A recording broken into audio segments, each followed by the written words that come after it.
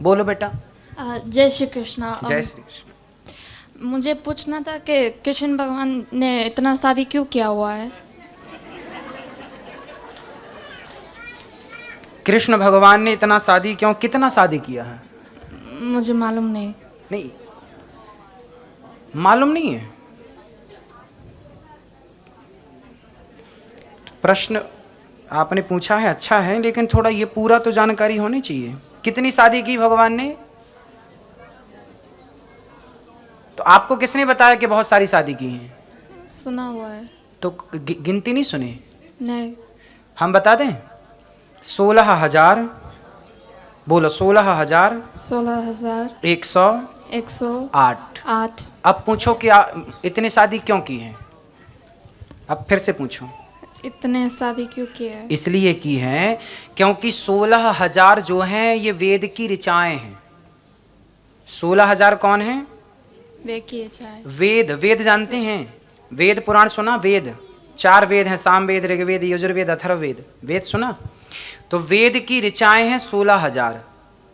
108 उपनिषद हैं।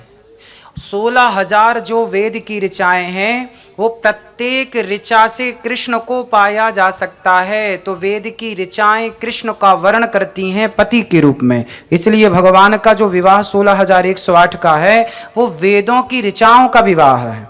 एक भौमा, ये तो आध्यात्मिक कारण हो गया।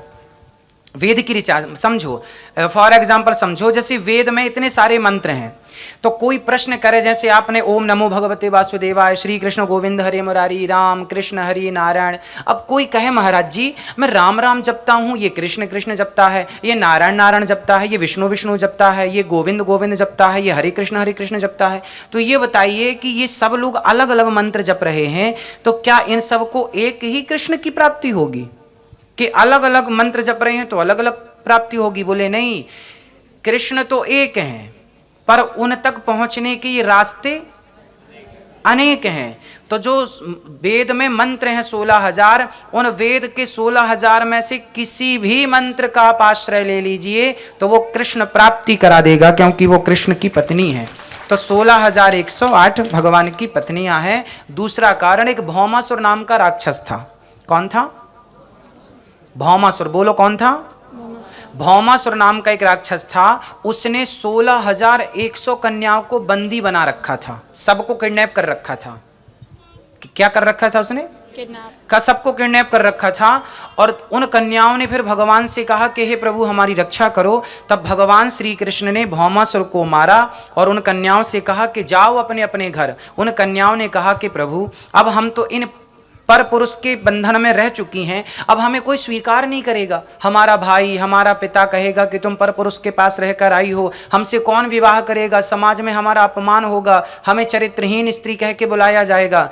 तब भगवान ने कहा क्या करना है? बोले आप हमें स्वीकार कर लो। तो जिन्हें समाज स्वीकार नहीं कर रही थी उन नारियों को सम्मान के साथ जीने का अधिकार भगवान ने दिलाया और भगवान ने स्वीकार की। अब आप बताइए, एक मिनट, अब आप बताइए कि भगवान ने उन कन्याओं को जिन्हें कोई स्वीकार नहीं कर रहा था, समाज में इग्नोर कर रहे थे, अपमान कर रहे थे, उन नारियों पर उंगलियां खड़ी कर रहे थे, भगवान ने उनसे विवाह करके सही किया कि गलत किया? आप बताओ।